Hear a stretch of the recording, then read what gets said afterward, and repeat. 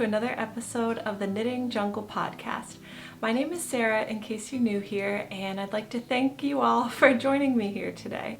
This is going to be a regular podcast episode where I'll be talking about everything that I've been knitting on recently. I had jury duty yesterday, so I had about 4 or 5 hours where I was stuck in a room and all I had to do was knit. So today I'm taking a little bit of a break from knitting in my spare time and filming this episode for you today. Thank you for all the really nice comments on my last video. I do respond to all my comments, so if you have any questions or you'd like to say hello, don't be shy. My episodes are usually mostly about hand knitting, but I also like to do machine knitting, sewing, and occasionally some crochet. And in today's episode, you'll see mostly hand knitting, a teeny bit of machine knitting, and then one sewing project that I finished. I like color work, I like non-superwash wool, and I like to explore yarn and patterns from designers from all over the world whenever possible. As always, I'll have all the information about the patterns and yarn that I'm talking about up here on the screen and down in the description box. There are also chapters in case you'd like to skip around to the different projects. So with that said, grab your project and maybe a nice hot cup of coffee because it's finally getting cold here, and let's get started. Let me talk about what I'm wearing actually, because this is one of my favorite designs that I made from last year, and this is the Agnes Kofta Light by Kristen Viola Odegaard, and this is from her ebook called 1 Year with Viola Cardigans or something like that. And I don't think you can buy, maybe you can buy this pattern individually, but it's definitely available in this ebook, which has more than 10 beautiful colorwork cardigan patterns, so I definitely recommend that you check that out. Anyways, this is knit with 1 strand of Knitting for Olive merino plus 1 strand of their soft silk mohair. And this colorway is so beautiful because I copied somebody that I saw on Instagram and on Ravelry make this pattern in this exact yarn combination, and I just copied all the exact same colors that she used because I think this looks amazing. I think her name is Anna Emily. I credit her in one of my previous episodes and probably on my Ravelry page, so if you want to see every single color that I used, I link that on my Ravelry page in case you're interested. So for once, I don't have any finished objects other than the sewing project, which I'm going to put at the end in case you don't care about sewing. So I think I will start with some WIPs. Okay, here is my first WIP of the day. This is a beautiful color actually. This will make a nice Christmas or holiday kind of sweater, or just like a nice winter red. But anyways, this is the Ivy sweater by Kutovakika, also known as Veronika Lindberg. And this is a pattern from her very first knitting book that she released. It's an ebook, and it's the book called Knit This! ! And I cast this on immediately after I saw Alicia from Lovely Day Knits announce that she's doing a Kutovakika knit along starting November 1st. But I had no chill and I had to cast this on right after I saw her video pretty much. And she's super relaxed about the knit along, so she said you can start before November 1st, and I think I don't know how long it's going on, but at the end of the knit along you don't need to have very much done of your project to participate. But I'll link her video below in case you'd like to check that out and join the knit along. So the construction of this is a yoke style lace and cable motif sweater that's worked from the top down in a worsted weight yarn on 5mm needles, and I use 4mm needles for the neckline ribbing. And I really like how this is turning out. I don't think I've ever done lace before, and I consider lace anything with like a yarn over that kind of makes a hole. And this pattern is quite simple. The cable braid is really simple, and the lace motif is just mostly yarn overs and knit two togethers and that type of thing. And then there's some purl stitches in there as well. Oh, this kind of looks like a scary monster face. Maybe I just have Halloween on the brain, but it's supposed to be Ivy, I guess, because it's called the Ivy sweater. Anyways, I'm about 75% done with the yoke chart, and I tried it on. It's fitting perfectly, which I'm so excited about. I just steamed blocked it and then kind of stretched it so that all the lace and cable motifs would lay nice and flat and not getting all pooched up like that. The yarn I'm using for this is called Svensk Ull 3-ply by Høxbro, which is a Swedish yarn brand, and they also have a lot of free knitting patterns on Ravelry, I'd like to mention. And this is a worsted weight yarn, like I said, and it's 100% non-superwash wool. It's quite rustic, but it's not that itchy. I'm not that sensitive, but this is definitely not like a merino or anything like that. But it's very high quality, I think, and it's a 3-ply, so the stitch definition is really good on this. And this should last quite a long time. It's a really nice quality wool that I've actually used before in my last year's Christmas sweater. Just wanted to show you because this is my favorite color combo of all time. And my favorite color of all time is this green called Bower Forest. This sweater is called Trojan Almoge, pardon my Swedish, but it's a pattern by Anna Bauer, and it has really cool color work here with some purl stitches incorporated. And this has held up really well. I wear this all the time because pink and green is my favorite color combo. So, sorry, let's get back on track. I just wanted to show you that one so you could see a full sweater knit up in that yarn. It's really nice. Oh, and when I got this yarn on Linda Hobby, and at the time it was $7.90 for 100 gram skein, so I think it's really affordable for like a really nice durable yarn. Yeah, so it comes in 100 gram skeins like this, and the color I'm using is called Lingonberry Jam, I think. And this is their darkest kind of purpley red that they have. It's about this color as it's showing up here. But they have 4 different shades of red on their website, so they have a red to suit anyone's needs. And I was wondering if maybe the Swedish wool base that they use is gray, because all their colors have kind of a gray undertone to it, and I really like that moody shade of gray underneath the green that I just showed you, and then in this red, deep purplish red with kind of a, yeah, just like desaturated from the gray wool possibly. I don't know anything about color theory, but I would say this is about this is pretty good representation of the true color here as I'm holding it up. Okay, so this comes in 4 different sizes, but each of the 4 sizes encompasses 2 sizes. So it ranges from an extra small all the way to 4XL.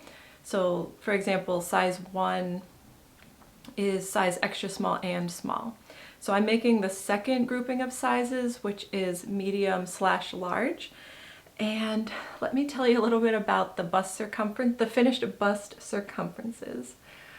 It ranges from 36¼ inches to 45¾ inches. That's the finished bust circumference. And she recommends having 0 to 4 inches of positive ease. And in her example picture, she has knit up the size 2, she has knit up the smallest size, sorry, and she has given herself 2 inches of positive ease. And with mine, as it's going now, the medium/large, I'm going to be getting 4 inches of positive ease. So I kind of hope that's not too big. We'll see. I think I'm going to be trying this on after every increase round just to make sure it's not getting too big. And then another thing is I noticed the yoke design kind of, in the picture at least, ends right at the middle of her boob area. And I thought that will be awkward for me, so I'd like to have the lace and cable motif end somewhere after, like below that, the whole bust section. So if I have to split for sleeves and continue the pattern just so that the end of the design ends lower, then I will do that. But we'll see how it's going. In her example, she uses 1 strand of merino and 2 strands of silk mohair, which looks incredibly soft and luxurious. But I really wanted to use this svensk wool again because I also love that. And I'm really happy with the stitch definition and my yarn choice so far. I only made a couple of changes so far because you guys know I can't leave well enough alone. I always have to make adjustments. So the first thing that I did was I did a 2x1 ribbing at the neckline for no reason at all. I just wanted to change it up. 1x1 is starting to bore me. So I did 2x1. I think that looks pretty good. And then this pattern, so yoke style sweaters do not look good on me. So I decided to do short rows in the ribbing neckline section because there's no short rows in this pattern, and I just know that's not going to be good on me. Another thing you can do to increase the length of the back so that the front lays a little bit lower instead of like this. Another thing you can do if you don't want to do the short rows in the ribbing is right before you split for sleeves, knit just the back section like an inch or an inch and a half longer and then split for sleeves. I'm pretty sure that's the method that I've done that before, and I'm pretty sure that that's how you do it. Okay. So I've done this many times where I put the short rows in the neck ribbing. So here you can see the front neckline, the front neck ribbing is just like about an inch tall, and then here in the back it's probably 2 inches or so. So I like to do that so that you don't interrupt the lace pattern. So sometimes you can also just do the short rows before you even start the lace pattern. I guess that'd be fine if you're wearing your hair down. You wouldn't see that gap in between the ribbing and where the lace pattern starts. But I like to do it up here at the neckline and just get it out of the way. And how I did this was based on a YouTube tutorial that I saw from the Unapologetic Knitter, and she's a tech editor and like a knitting genius. And if you like to make adjustments to your patterns, she's a great YouTube channel to check out. She's got another really good one about how to adapt a pattern if you have a difference in gauge or yarn that you'd like to use. And I love making adjustments to patterns, so I found her videos super helpful. Another change I did with the neckline was that I'm not having it double folded because I like a wider neckline, and if it's just a single layer of neck, it's easier to stretch out when I block it to make sure it's not going to be too closed in on my neck. At least that was my thinking, and then that's just less knitting, especially with the especially with the short rows. Folding that under wouldn't that have been hard? That would have been a little bit more math, so yeah, I didn't want to do that. So that's all I have to say about this one, the Ivy Sweater by Kutovakika. So if you saw my last video, you maybe saw that I was thinking about making an all-white sweater because I somehow don't have any all-white sweaters yet. And I like to wear a lot of white. I feel like it goes with any other thing that you pair with it. So anyways, I thought it was time to take a trip to Denmark to try out the Danish Nightshirt. I don't think they actually wore this for nighttime, but I think it's just called nightshirt for some reason. Wow, that's an interesting shape. Okay, so how I got into this was from the book called Traditional Danish Sweaters by Vivian Høxbro. And what she did was she went to a museum and saw like 65 of these Danish nightshirts, and she charted out all the different motifs that she saw in those examples. So this book has over 200 charted motifs that you can use to design your very own Danish nightshirt, which is exactly what I did. So there's different, yeah, this book is incredible. I have a lot of knitting books that I've thrifted that are really not helpful or good, but this one is so thorough. The charts make a lot of sense, and there's just so many beautiful designs in here. So if you like designing your own things, I highly recommend this book. I just got this thrifted from thriftbooks.com or abebooks.com. So the motif I'm using pretty much, yeah, I think all I didn't change very much, but I'm using this motif here. So snowflakes are a super popular motif in this Danish sweater type. So this is the one I'm using. It's like a snowflake with seed stitch on the inside and then some pearl diamonds that are surrounding the snowflakes. But there are so many other ones. There are some traveling stitches, and then she has motifs for vertical or horizontal panels. And yeah, the book is also so informative about traditional Danish women's wear in the late 1800s. So people would wear this as part of their traditional costume, and then I think they would wear something, or in one region of Denmark, they would wear something this is supposed to have sleeves, by the way. They would wear something over this, and all that was showing of this beautiful sweater would be just the little shoulder tip here, which I thought was really interesting. These were also traditionally knitted in white wool and then sent to different dye houses to dye them. And some of the most popular colors they were dyed in were green, black, I think blue, and then red. I think red was maybe the most expensive one to dye, maybe the most beautiful color at the time. And these were traditionally knitted from the bottom up, and they have a split hem at the bottom, and then you kind of overlap that split like this and then start knitting in the round just after an inch or two of the split hem at the bottom. And then it's worked bottom up, and then I guess at some point you just are working the front and back panel separately flat, and then the sleeves are knitted separately and then sewed together, maybe with a 3-needle bind off or something like that. I'm doing a little bit of a different construction technique. I'm going to start at the top down because I want a fitted look, and it's just less risky for me. I much prefer top down. I'm using 3mm needles on this, and the yarn I'm using is a 100% merino, Spanish merino yarn from Lala Nalu, and it's a very tightly spun merino yarn. It's not very soft, it's like a rough merino, but it looks really durable. Actually, I made a sock out of this yarn, so this sweater is gonna match the socks that I'll show you in a little bit. But I tried a few different fingering weight yarns that I had in stash, and this was by far gave me the best stitch definition. Like, just look at this. And since all of the pattern is knits and purls, no cables or anything, I could have seen it being very subtle in a different yarn.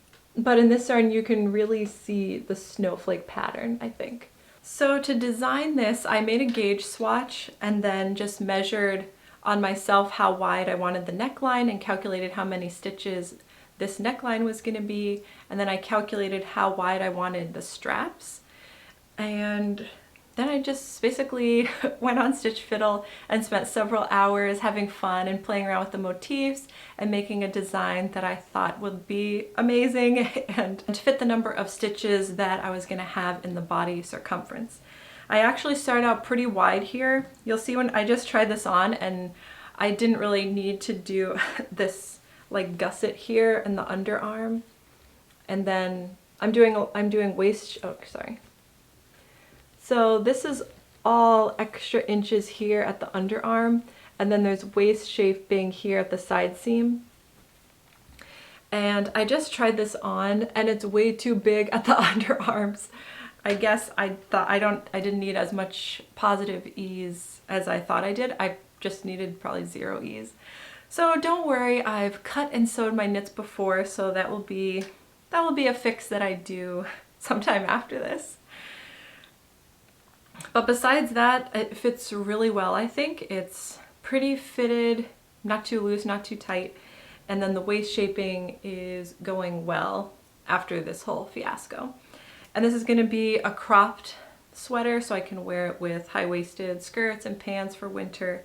And this is actually really nice as a vest because the armhole edges are pretty much nice and flat. They're not curling, so this would almost work as like a finished vest.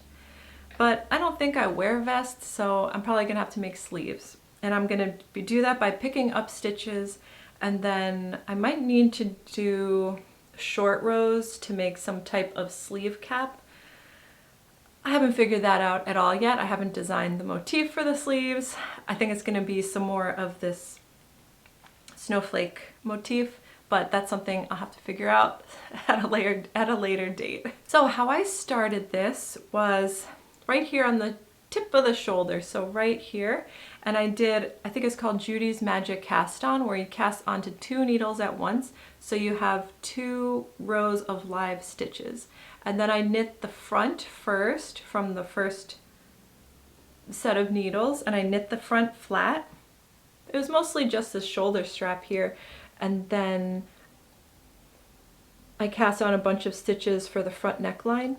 And then the neckline here, there's no ribbing. It's just a beautiful seed stitch. And I really like that there's no ribbing in this design at all. I think it's really different and really cool. And I did this diagonal arrow type of motif.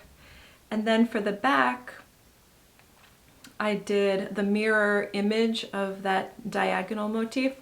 So here you can hopefully see. So here you can hopefully see right here is the mirror point. So here's like where I cast on. And with the Judy's Magic cast on, there's no seam here at the shoulder. So here's the back, and then up here is the front. And that worked out perfectly. The back panel is of course much longer than the front because I wanted a pretty low neckline for the front. And so this back panel took quite some time on 3mm needles, but it was just so fun. Even every single row is different, which I like. I get really bored with stockinette projects. And yeah, I just really love how this is turning out. And I knit on this exclusively at jury duty yesterday for like 4 hours. And so I'm almost finished with the body actually. So right here at the bottom, I did a horizontal or lateral braid, which is, I think that's so pretty. That took a really long time. And now I'm just doing, can you tell it's like kind of that checkerboard pattern? I'm gonna do another couple rows of that and then I'll bind off. Oh, here at the side seam, ignore all this, which I'm gonna need to cut out up here. But you see this, I have a faux side seam here. And this is like a welt stitch that I learned from making my sock, which I'll show you in a little bit. This is the same sock I was working on in my last episode. I think that's pretty much all I have to say. I'll show you the chart a little bit. I think that's all I have to say about that. This is a really beautiful design that I've made. Like, I'm pretty proud of myself, minus the fit issues at the armpit, but I think that's actually an easy fix. The shoulder, yeah, the sleeves I'm a little worried about, but worst case scenario, I can rip back and make this into a vest if I can't figure out the sleeves. Make sure you're subscribed to see me cut and sew this armpit thing if you would like. Here's a little peek at the chart. This is like the bottom half of the body. I've made a lot of crossouts here, so here's like the checkerboard design at the end. I had to cut out this little section here because it was going to be too long for my cropped design, so I just went right to here. You can see, kind of see the snowflake motifs. So yeah, I just have one giant chart and then I do the same thing on the front and the back. After the neckline, of course, since the back neckline sits a lot higher than the front neckline. Okay, here's my half finished object. And I say half because it's one sock. And I'm not going to be making a second sock. I'm going to be making it a different design because I think I have second sock syndrome. But this is okay because I'm just going to wear these socks to sleep. But anyways, these are the Kurdish socks by Vicki Square. And this is a design she made based off of a pair of socks that some other person purchased in northern Iraq. And this is just such a cool design. I love it so much. There's duplicate stitch here in red, and the toe has color work, and then the rest of the sock is a beautiful lacy braid type of design with lots of twisted stitches. And here at the top there's a little row of eyelets. There's supposed to be a picot hem here at the top, but I omitted that because the instructions looked too long and I just wanted to be done with this sock. This is made on 2.25mm needles, and this turned out too wide for me, sadly, but it doesn't matter. It's more of a slipper, and I'm not going to be wearing these. What's that? And I'm not going to be wearing these with shoes just while I'm sleeping or hanging out, so it doesn't really matter. But the length, oh, here's the back of the sock. You're supposed to continue the braid to the back of the sock, or the braid and lace type of motif, but I did not, to save time. And here's the heel. This might be a heel flap and gusset. I'm not sure because this is my first pair of socks, but you kind of knitted this little flap here and then picked up stitches here at the side to incorporate. I don't even really understand what I did, but suddenly it was done. Oh, and this is knit from the toe up, which I think I like. I don't know, I don't have anything to compare it to, but I definitely would prefer to decrease on double pointed knitting needles rather than increase with the lifted stitches here. I find that not to look that good, but I actually did a good job this time.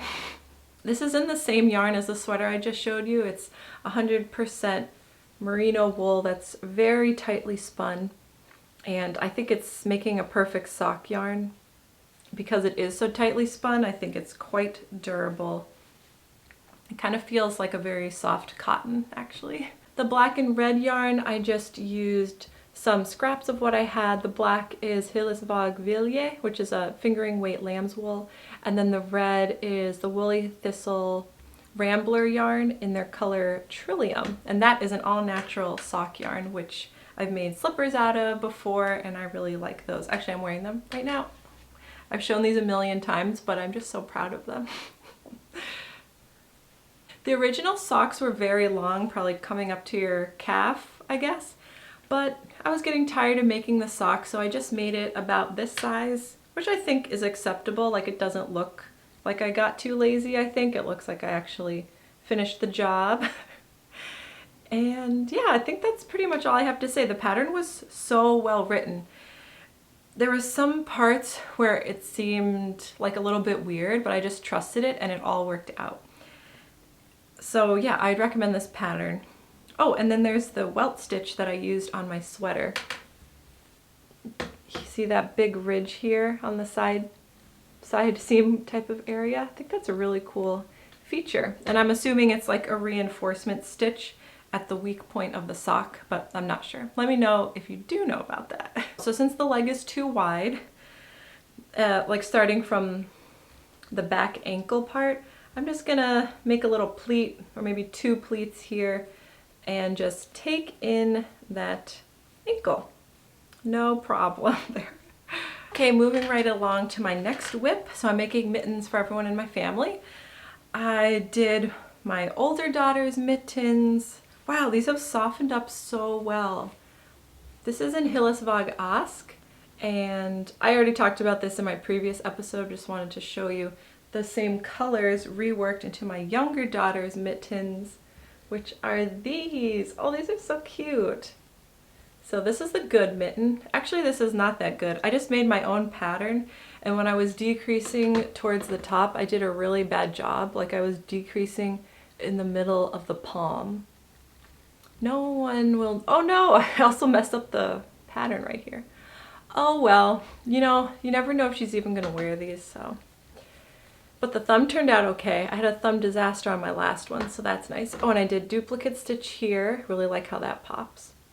Yeah, she's happy with this. These fit her perfectly. The other ones I made are pretty big, so I might need to make her a new pair for next year when her hands get bigger. But I just love this really wide cuff design. It's gonna go over their winter coats perfectly. Then for the second one, I really didn't want to do it.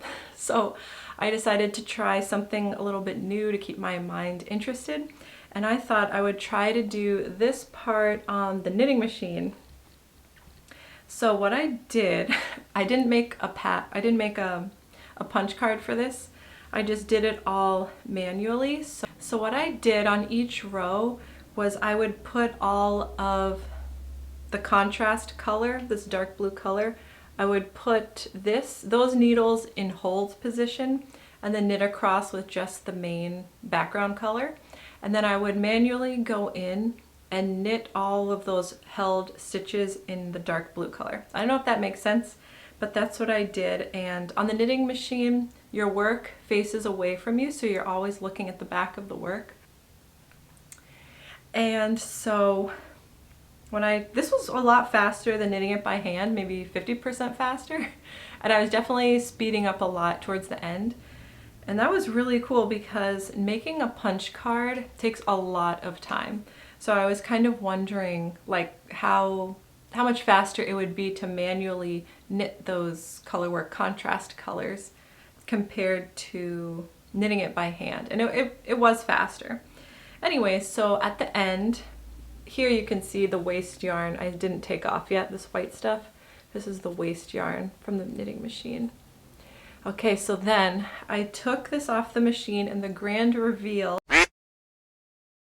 was that I had actually messed up on several rows. So it's like almost all the way there, but maybe I was getting lazy towards the end and there's some missing things here. I'm just gonna go back in and fix that with duplicate stitches, and I might not even fix it because I'll just see if she notices, and if she doesn't notice, I'm just gonna leave it in. So all I have left, oh, one thing that's good is when I was decreasing towards this mitten tip, I did a much better job. Oh, what is this? Okay, maybe this was the start of the round, which I have on the thumb side, so I guess that's okay. But this top side looks really good, I think. No mistakes.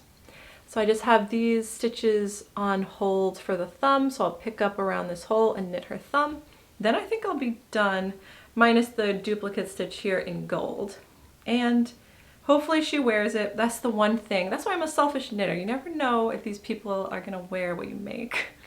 And then I have my husband's mittens planned, and I didn't start those yet. Maybe I could do that for a Christmas present, or yeah. I think after I do these mittens, I'm gonna need a mitten break, and then I'll get to work on his. Oh, and then for his, I'm gonna make them out of worsted weight, so it'll go really fast. Okay, I finally made a different sewing pattern, not the Florence pants again. This is the Saundra skirt by Sydney Graham, and she has a great YouTube channel. If you like to sew, she is so good. She has full tutorials for all of her patterns, and her YouTube tutorial was so good that I didn't even use the written pattern at all to make this. So this is a maxi length skirt that I think is going to be perfect for winter. This plaid pattern with dark gray, red, and burnt orange colors look so cozy for winter, and I think this would make a really nice holiday skirt as well, paired with maybe a gray Fair Isle sweater. I think that would look really cool, so might need to cast one of those on. So this comes in a lot of sizes. I'm sorry I didn't write it down how many sizes, but it's very size inclusive pattern. And this is made out of 10 different panels all sewed together. So you only need one pattern piece in your sewing library, which is really nice. You know when you have a big mess of paper that you need to scrunch down and fit into like a little folder or something? Well, you just need one panel for this project, and maybe the pocket bag pattern piece, but that's it. So cutting out this pattern took a really long time because I was trying to pattern match all of these red stripes and have those line up, which I totally succeeded in doing. But that meant I had to cut out each panel separately just to make sure I didn't make any mistakes in the pattern matching, but that's okay. The fabric I'm using is a really soft cotton flannel from Mood Fabrics. I had a gift certificate from my birthday back in May, and I finally got something with it. This is not too expensive. I think I needed 2.5 yards maybe, and I actually ran out of fabric for making the second pocket, so I was only able to make one pocket, and one of the pocket pattern pieces I had to actually sew a bunch of scraps together to make it, but that all worked out in the end. Oh, here's the pocket here. Yeah, so it's like an A-line skirt that has not too much bulk at the waist because the pattern pieces kind of flare out towards the bottom. And there's another version of this that's included when you buy the pattern where you can include godets in between each of the pattern pieces to make an even fuller skirt if you like that. And then there's also an elastic waistband, and this fits perfectly. I made the size 10. She said to choose your size based on your hips measurement since the waist is gonna be stretchy. So I chose a size 10 and it fits perfectly. And the pocket construction was really interesting. I'll just refer you to her YouTube channel if you're interested in that, but it was really cool, and I'm probably gonna use that construction technique in the future. Oh, and this is all French seamed, which is good because my serger needs to be rethreaded, which I really want to avoid. So this was perfect. I didn't have to use a serger with this. And what else? Oh, the waistband. I loved how she did the waistband. In the past, I've just done a folded over waistband, like you make a channel here for the waistband and then thread the elastic for the waistband through that channel. And it winds up getting so twisted, and the gathering effect is not as good as in this method that she used, which is you top stitch the waistband and then you fold it to the back, and then you fold it back on itself twice so that it's encased. And that just keeps the waistband in place perfectly, and it makes the gathers look more pronounced. So I'm definitely never doing the old style of waistband ever again. The only modification I made was to make this 4 inches longer because I'm a little bit tall and I have long legs, and I wanted it to cover most of my legs because it's gonna be, well, it's already pretty cold here. So yeah, this is an A+ pattern. I love Sydney Graham now. I'm gonna try some of her other patterns. She has a tree skirt pattern for Christmas. It's like, you can make like a patchwork quilt tree skirt pattern. Definitely wanna try that. How am I gonna have time for all this though?